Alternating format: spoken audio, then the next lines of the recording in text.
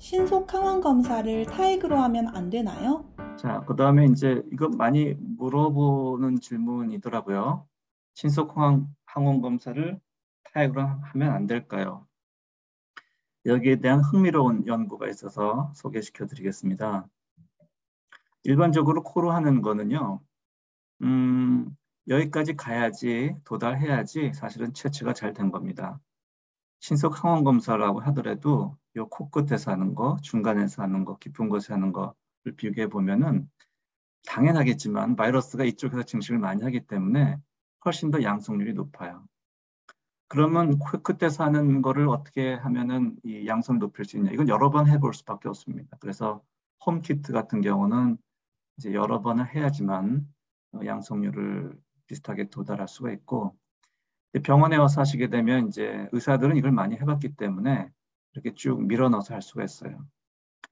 제가 좀 안타까운 거는 코를 찔린다고 그러는데 찌르면 안 됩니다. 여기 사실은 이렇게 보면 꼭 찌르는 것처럼 보이는데 사실은 정확한 표현은 뭐라고 해야 되나? 이 훑는다고 표현해야 되나요? 이 점막을 옆면으로 해가지고 돌리면서 이 점막에 이제 분비물들 이렇게 잘 모으는 거죠. 모으는 과정을 하면은 사실은 뭐 재채기 날 것 같기도 하지만 아프진 않아야 되거든요. 이렇게 찔러서 아플 정도면 물론 찔러서 아플 수도 있고 여기 점막이 좀 헐어 있거나 그래서 아플 수 있는데 어쨌든 깊은 데서 훑어서 가능한 많은 바이러스를 채취하는 게 이 신속 항원 검사의 요령이라고 되겠습니다. 근데 이 연구는 흥미롭게도 이 오미크론인 경우, 델타가 아닌 오미크론인 경우에는 오히려 침으로 하는 것이 오히려 더 좋은 방법일 수 있겠다라는 연구 보고입니다. 그래서 침을 가지고 연구를 했더니 이제 PCR 대비 100%, 또 코로 했더니 86%, 그래서 코가 더 떨어지더라라는 보고를 했는데 이 연구에 좀 어려운 점은 이제 코로 하는 게 사실은 어렵지 않습니까? 그래서 이제 뭐라고 그래야 되나 누가 하든지 간에 일관성 있게 결과가 나오는 게 아니라 들쑥날쑥하겠죠. 잘하는 사람이 하면 더 높게 나오고 좀 서투른 사람들은 적게 나오고. 근데 이제 침으로 하는 거에 대해서는 그렇게 어렵지 않기 때문에 100%가 나온 것 같습니다. 여기 그래프 한번 보실게요.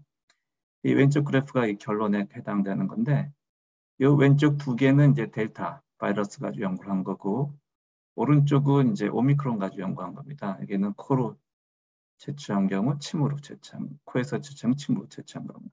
일단 델타를 볼게요. 델타 바이러스인 경우에는 이 CT 밸류 기억하시죠? 이게 낮으면 낮을수록 바이러스 양이 많다는 거니까 델타인 경우에는 코로 하는 게 조금 더 나아 보입니다. 유의하게.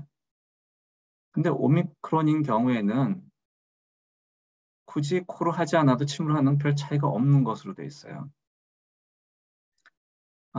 그러면 이제 침으로 할 수 있겠다는 생각이 들 텐데 그래도 조건이 좀 있습니다. 이분 여기서 어떤 지침을 얘기했는데 이 결과를 얻기 위해서 얼만큼 철저했는지 한번 볼까요?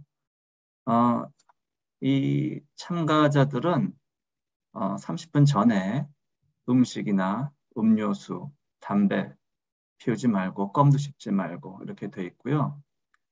그 다음에 그 전에 약간 기침을 하게 합니다. 물론 기침을 밖에다 하면 안 되니까 손 팔꿈치 안쪽에다가 입을 대고 하는 거 아시죠? 그렇게 해서 한 세 번에 5번 정도 하고 그러면 이제 아마 바이러스가 입 안으로 모이게 하는 과정인 것 같습니다.